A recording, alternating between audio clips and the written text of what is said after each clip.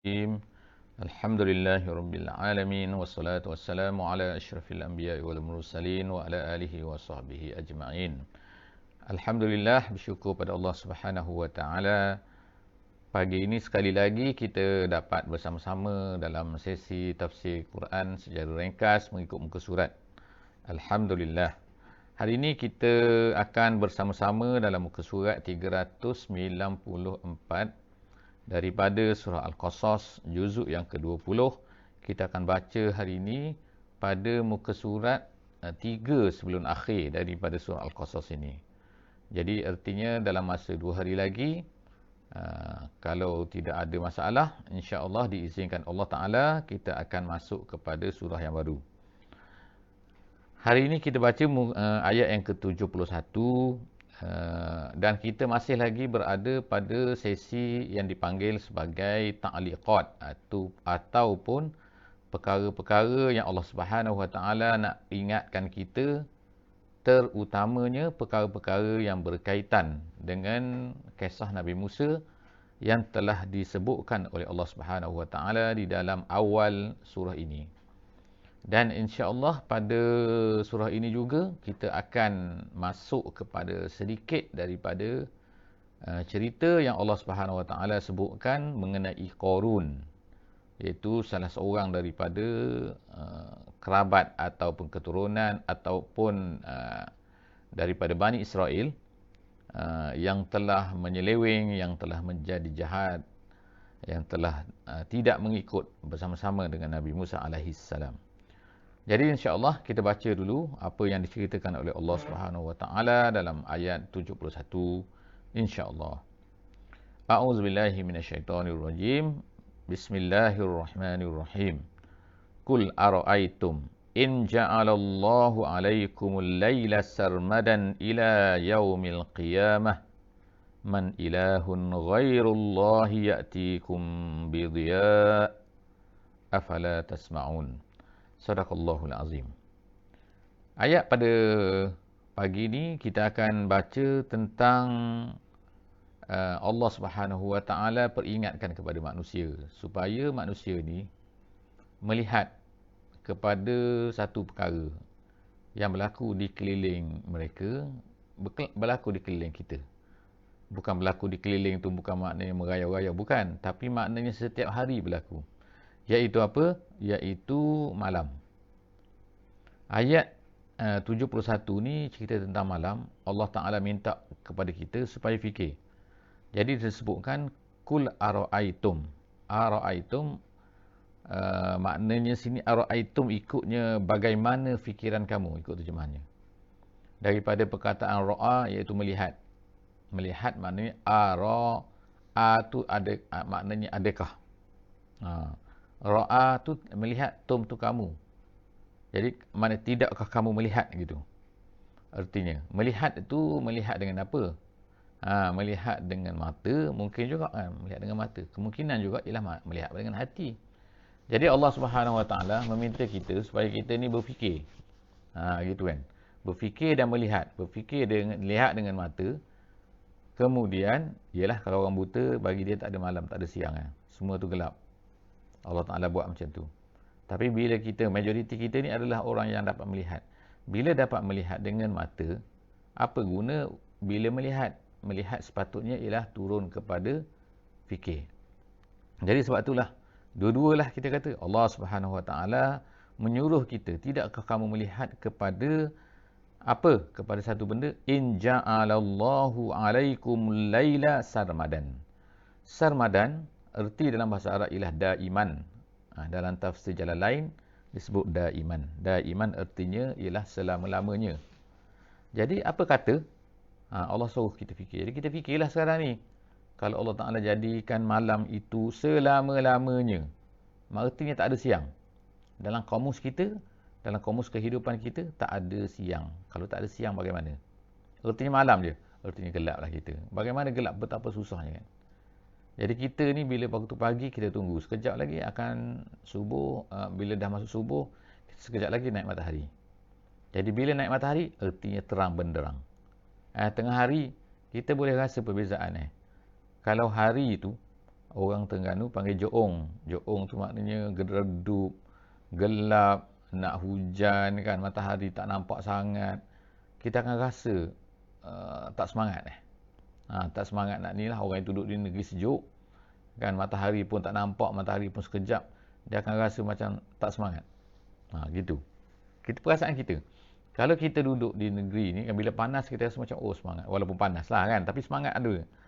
Sebab apa? Jadi maknanya kat sini Allah Ta'ala minta kepada kita supaya kita fikir, kalaulah malam selama-lamanya, Tuhan Allah Ta'ala jadikan malam ini selama-lamanya ila yaumil qiyamah, sehingga hari kiamat, maka ada ke siapa Tuhan yang lain? Man ilahun ghairullah ya'tikum bidhiya. Jadi artinya sini Allah Ta'ala jadikan siang hari itu adalah kita ni mendapat diya. Diya ni apa? Diya ni ada dua benda, iaitu cahaya dan haba.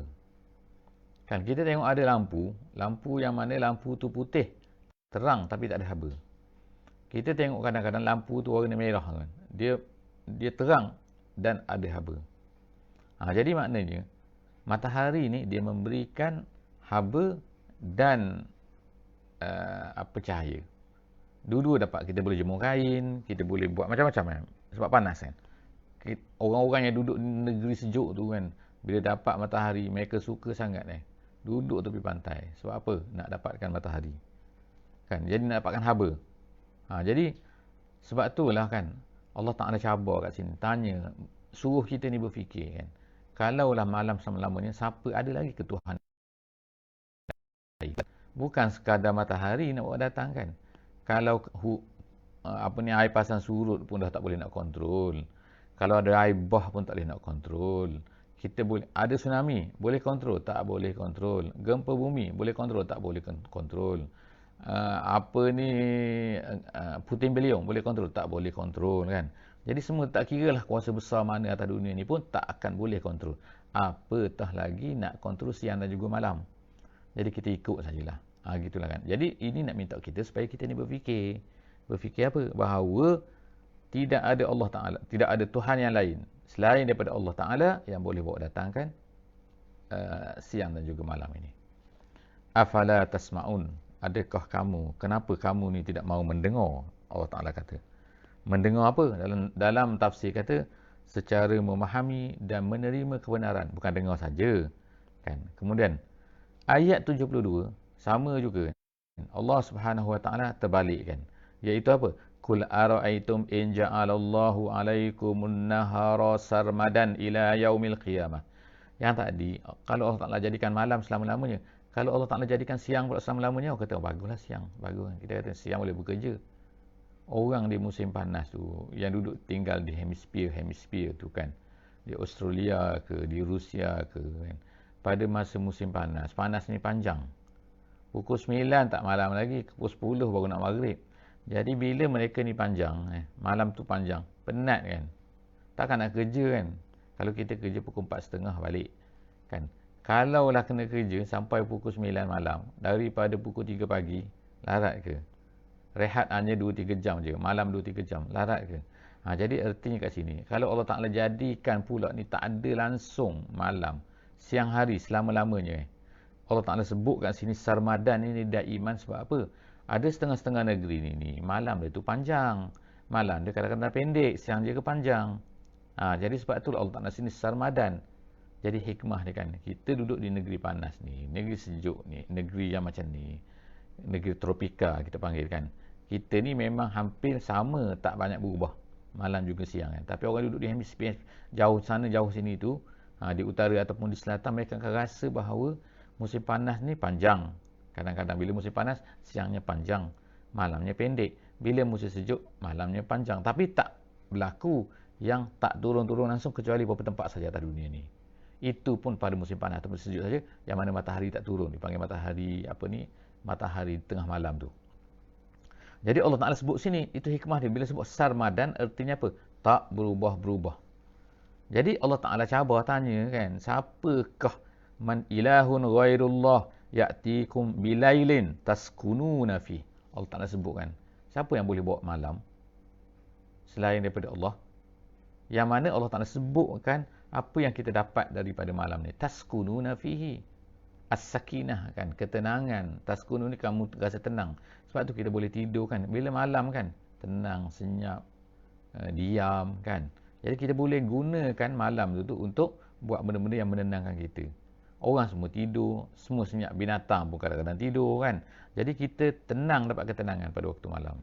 Nak tidur waktu siang kadang-kadang orang mari macam-macam lah tu kan nak ceritanya. Tapi taskununa fihi, malam kan. Jadi kalau manusia ni tak ada rehat, tak ada sabtu, dipanggilkan sabtu ni maknanya rehat subata waja'alna al-nahara ma'asha waja'alna al-laila subata. Subata tu maknanya ialah rehat. Jadi Allah Ta'ala kalau tak ada kita ni tak boleh berehat, kita penat, hancur kita ni. Okey, jadi Allah Ta'ala kata afala tubsirun, kamu tak tengok ke? Tengok kat sini bukan hanya tengok mata dengan mata, tetapi tengok dengan ambil pengajaran terhadap kekuasaan Allah Subhanahu wa Ta'ala. Ayat 31, ayat 73, minta maaf. Wa min rahmatihi ja'ala lakumul laila wan nahara litaskunu fihi wa litabtaghu min fadlih wa la'allakum tashkurun. Di antara rahmat Allah. Jadi kasih sayang Allah Ta'ala pada kita kan. Allah Ta'ala jadikan kita semua ni. Allah Ta'ala jadikan manusia, binatang, haiwan, pokok-pokok semua ni Allah Ta'ala jadikan, kemudian dia tak biarkan macam tu saja. Diberi rahmat dia kepada manusia. Antara rahmat untuk kita semua, untuk binatang, untuk tumbuhan juga, iaitu apa? Iaitu dijadikan malam dan juga siang. Sebab tu dia kata wa min rahmatihi ja'ala lakum, Allah Ta'ala jadikan siang dan juga malam untuk kamu. Untuk apa? Litaskunu, satunya untuk kamu rasa tenang, rehat. Kemudian walitabtaru min fadlih, untuk kamu cari rezeki dia. Jadi ada semua sebab ni kan. Ada semua sebab kenapa Allah Ta'ala jadikan itu dan ini. Kalau orang belajar sains ni, bila dia belajar tentang pokok kan, bila malam pokok jadi macam ni, bila siang pokok macam ni, klorofil lah macam mana buat makanan, bila dapat cahaya matahari. Tengok kan orang. Kalau pokok tak dapat matahari, ada masalah. Bila pokok bermasalah, haiwan bermasalah. Bila haiwan masalah, kita bermasalah. Sebab apa kan? Kita nak makan pokok, kita nak makan haiwan kan, kita nak makan daging, kita nak makan ayam dan sebagainya kan. Jadi tengok kan, semua rantaian tu dia akan jadi masalah. Apabila bila tidak ada malam dan juga siang. Tengok, jadi itu rahmat Allah Subhanahu Wa Taala. Direct ke indirect kan. Jadi kita boleh tengok gitu kan. Jadi semua tu adalah wala'allakum tashkurun, supaya kamu semua ni bersyukur. Kemudian ayat 74. Wa yauma yunadihim fayaqulu aina syuraka'i allazina kuntum taz'umun. Allah Taala sebut lagi hari kiamat. Pada hari kiamat yunadihim, Allah akan menyeru mereka. Yunadihim fayaqul, mana dia? Allah Taala tanya, berkata, berfirman. Allah Taala kata aina syuraka'i allazina kuntum taz'umun, mana dia syirik-syirik yang kamu syirik-syirik terhadap aku, yang kamu duduk kata dakwa dan sebagainya. Taz'um tu tak mendakwa kan. Dulu atas dunia ni kamu dakwa dia ni begini, dia ni, sebab tu kamu sembah dia. Lepas tu mana dia pada hari kiamat ni kan. Jadi dalam ayat lain Allah SWT tanya kan, iaitu aku sekarang adalah raja. Mana raja-raja dunia dulu? Mana dia?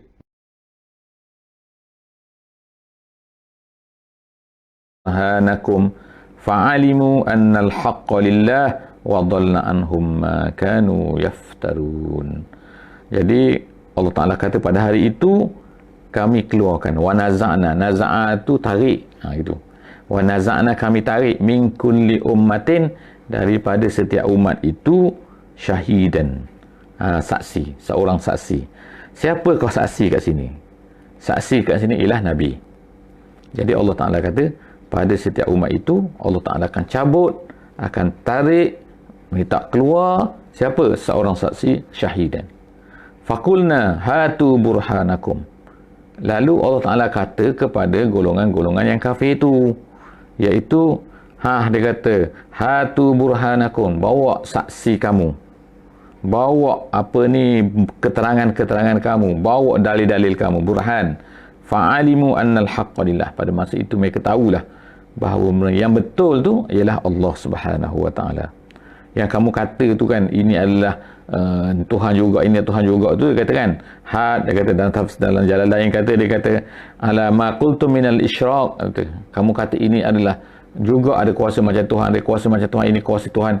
Sekarang bawa lah semua tu, mana-mana, cuba bawa lah. Jadi kata Allah Ta'ala kata fa'alimu, pada masa tu barulah mereka tahu bahawa al-haqqa lillah, kebenaran itu hanya milik Allah Subhanahu wa taala.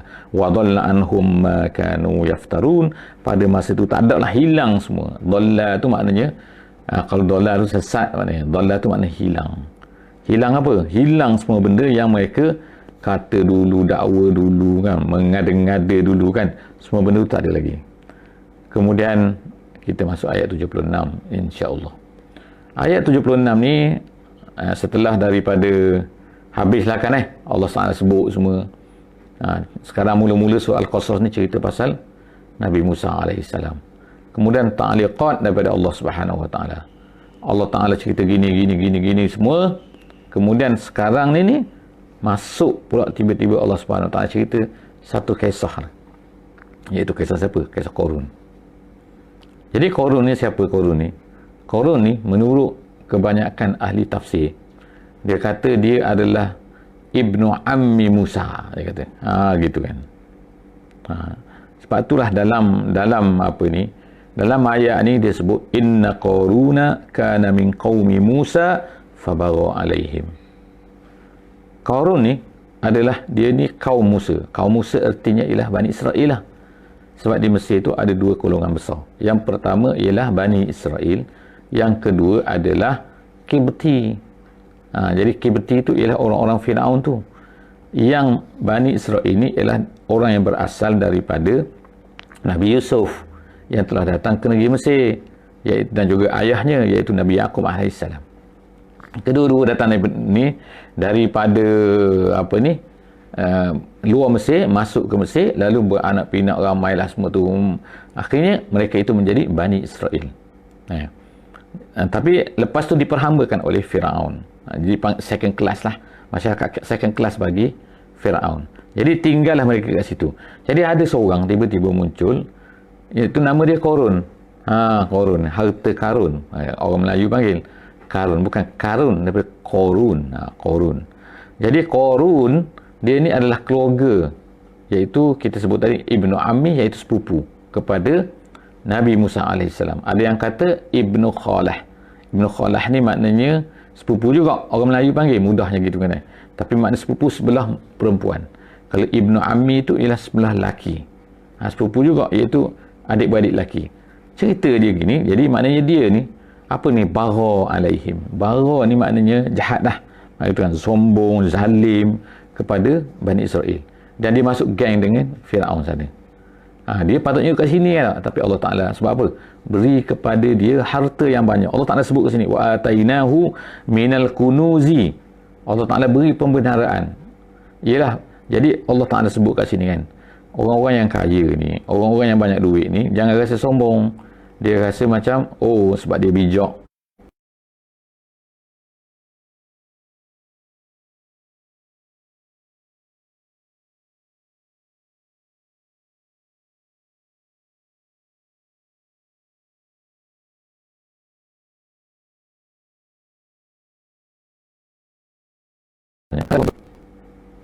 benda-benda yang apa ni, yang diperolehi oleh manusia ni pada hari ni kan, semua tu adalah pemberian Allah Subhanahu wa taala.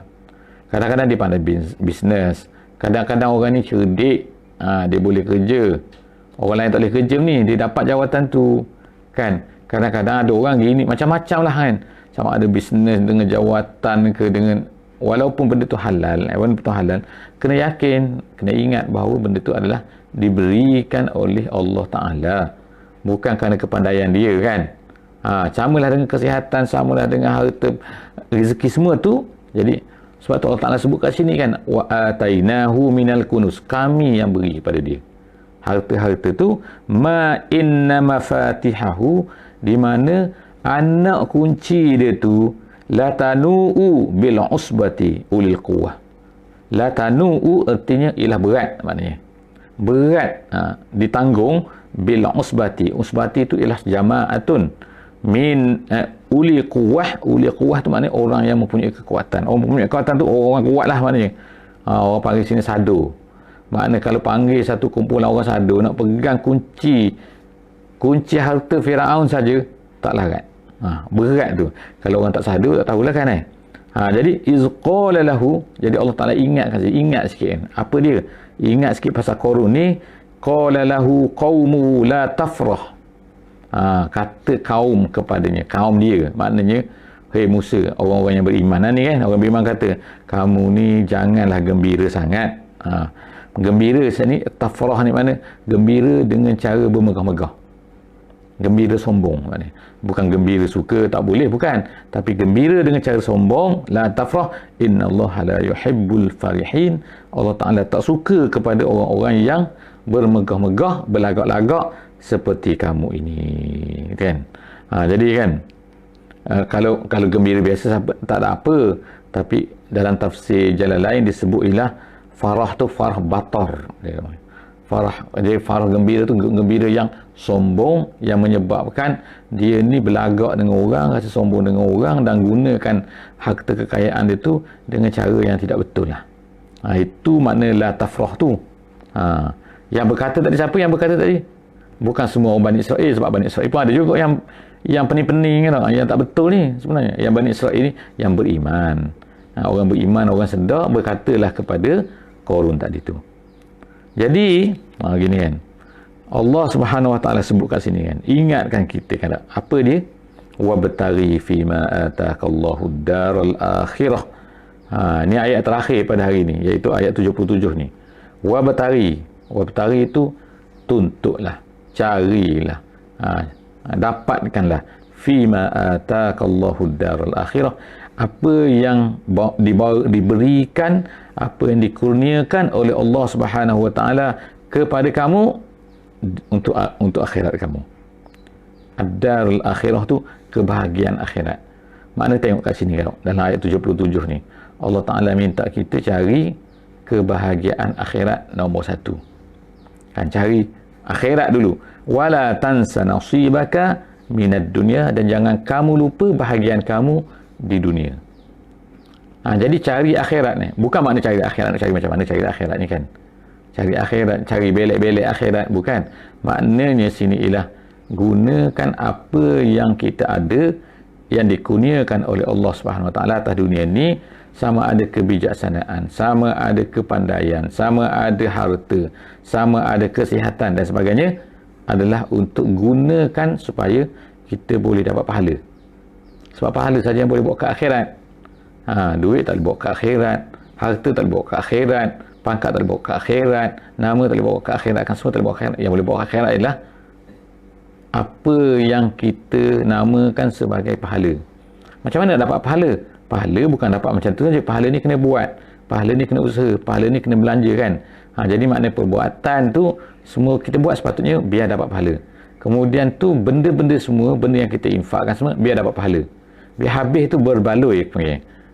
Kalau tak berbaloi macam tak berbaloi, beli kereta harga dia 2 juta, tak berbaloi tak, kereta kancil 2 juta, berbaloi tak berbaloi kan. Macam tu juga kan, duit habis biar berbaloi, biar dapat pahala yang besar kan, biar at least dapat pahala kan. Okey, jadi kemudian tapi dalam masa yang sama Allah ingatkan wala tansa, jangan lupa. Jadi nampak tak kat sini, kejar akhirat, jangan lupa dunia. Jangan terbalik jangan terbalik ni apa? Kejar dunia, jangan lupa akhirat. Itu terbalik.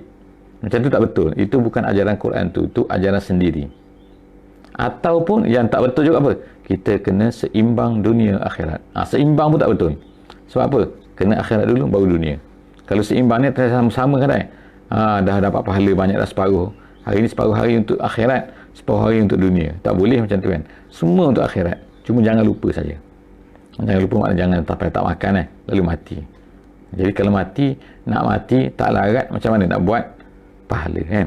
Wa ahsin kama ahsanallahu ilaik. Allah Taala kata, dan kamu hendaklah berbuat baik sebagaimana Allah Taala berbuat baik kepada kamu dengan memberi nikmat. Iaitu berbuat baik kamu ni kepada hamba-hamba Allah yang lain. Jadi banyaklah kat sini kan yang dikata wa ahsin tu. Contohnya dalam jalan lain dia kata ahsin kepada manusia dengan apa? Dengan bis sedekah. Contoh ni kan, dengan bis sedekah. Jadi sedekah ke, senyum ke, apa lagi, semua benda lah untuk kebaikan manusia yang memberi nafi'an. Jadi salah satu daripada sifat orang mukmin tu apa? Nafi'an li ghairihi. Dia memberi manfaat, kewujudan dia tu memberi manfaat kepada orang lain. Sebagaimana Allah Taala memberi memberi kebaikan kepada kita dengan macam-macam bentuk. Jadi kemudian Allah Taala kata yang terakhir, wala tabril fasada fil ardi. Jangan kamu ni cari nak buat rosak atas dunia ni. Buat rosak ni mana? Buat rosak ni bukan makna pergi bakar rumah orang, pergi bakar tanah, pergi bakar sahaja suka-suka hati, hancur ni, bukan. Termasuk itu memang rosak itu tu. Tapi termasuk dalam buat rosak juga ialah dengan buat maksiat. Jadi apa-apa yang dinamakan maksiat itu sebenarnya kerosakan. Kan? Tak kira lah kadang-kadang itu maksiat diri kita sendiri.